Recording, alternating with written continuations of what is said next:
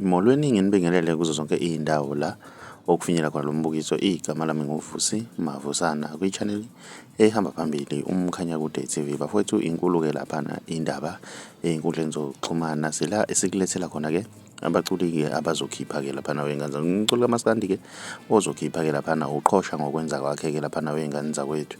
Uthembisile-ke laphana ey'nkundleni zokuxhumana ukuthi ngomhla ka-27 abantu abalindele-ke laphana-ke ikhava ye-EP yakhe-ke laphana wey'ngane zakwethu.